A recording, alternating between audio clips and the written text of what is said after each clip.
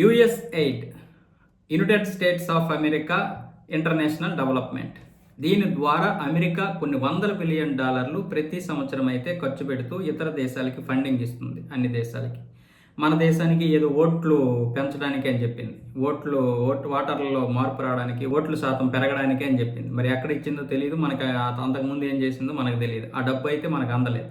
కొన్ని దగ్గరలో మత మార్పిడులకు కూడా ఉపయోగించారు, కొన్ని దగ్గరలో పేదరిక నిర్మూలనకు అన్నారు. ఇంకా ఎన్ని రకరకాలుగా మొత్తానికైతే అనేక రకాలుగా ఈ డబ్బు అయితే అమెరికా నుంచి ప్రపంచ దేశాలకు వెళ్ళడం జరుగుతుంది. దాదాపు 5,200 కార్యక్రమాలు, కాంట్రాక్టులు అయితే ఇప్పుడు దీని ద్వారా రద్దు చేశారు. ఈ యుఎస్ఐడ్ ద్వారా. ఇప్పుడు డోజ్ ఉంది కదా, ఏది ఎలాన్ మస్క్ ఆధ్వర్యంలో నడుస్తున్నటువంటి ఈ డోజు ఏర్పాటైన తర్వాత 5,200 కార్యక్రమాలు అయితే దీనిలో రద్దు చేశారు. అంటే ఇప్పుడు మొత్తం ఫండింగ్, అమెరికా నుంచి వెళ్తున్నటువంటి ఫండింగ్ మొత్తం ఆగిపోయింది. దీనివల్ల జాతీయ ప్రయోజనాలే తప్ప మాకు అంతర్జాతీయ ప్రయోజనాలు ముఖ్యం కాదని అమెరికా చెప్పకనే చెప్పింది డైరెక్ట్గా.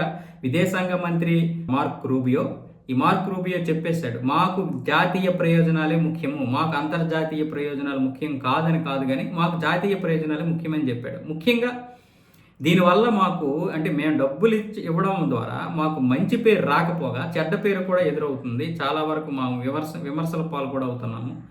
మాకెందుకు ఈ డబ్బులు ఇవ్వడము, పైగా ఇప్పుడు ఆర్థికంగా అమెరికా అంత మంచి పరిస్థితిలోనైతే లేదు, కాబట్టి ప్రతి రూపాయిని మేము వినియోగించుకోవాలని మార్క్ రూబియో కూడా చెప్పాడు, విదేశాంగ మంత్రి.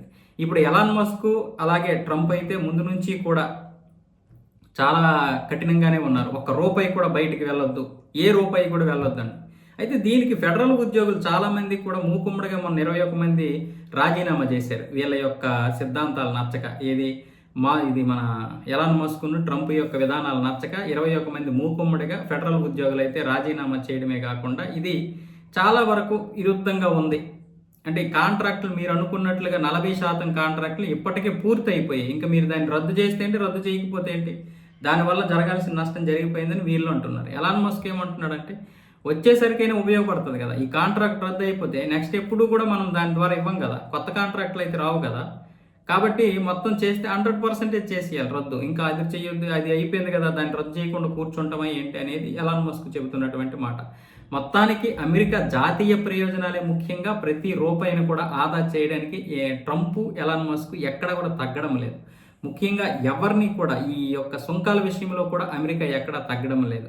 ఏ దేశం ఎంత సుంకాలు మనకు విధిస్తే మనం కూడా అంతే సుంకాలు ఆ దేశాల నుండి దిగుమతులు అవుతున్నటువంటి వస్తువులపైన అయితే మనం కూడా అదే విధంగా సుంకాలు విధిస్తామని ట్రంప్ చెప్పడము, దాన్ని ఆచరణలో పెట్టడం చకచక జరిగిపోయింది. అయితే ఇది భవిష్యత్తులో ఎటు తీసుకెళ్తుందో తెలియని పరిస్థితి. ఇది కొంతమంది ఆర్థికవేత్తలు, అలాగే అమెరికాలో ఉన్నటువంటి కొంతమంది రాజకీయవేత్తలు, కొంతమంది సూచిస్తున్నటువంటి పరిస్థితి ఏంటంటే ఇది ఇలాగే కొనసాగితే అమెరికా ఇబ్బందుల్లో పడే అవకాశం కూడా ఉంది. ఒకవేళ ఆర్థిక మాంద్యం కనుక వచ్చిందంటే, అంటే ద్రవ్యోల్బణం వస్తే ఆర్థిక మాంద్యం కూడా వచ్చే అవకాశాలు ఉంటాయి. దానివల్ల అమెరికా ప్రజలు చాలా తీవ్రమైనటువంటి పరిస్థితులు ఎదుర్కోవాల్సి వస్తుంది. కాబట్టి కొంచెం ఆచితూసి వ్యవహరిస్తే మంచిదని ట్రంప్కి అయితే సలహాలు కూడా చెప్తున్నారు.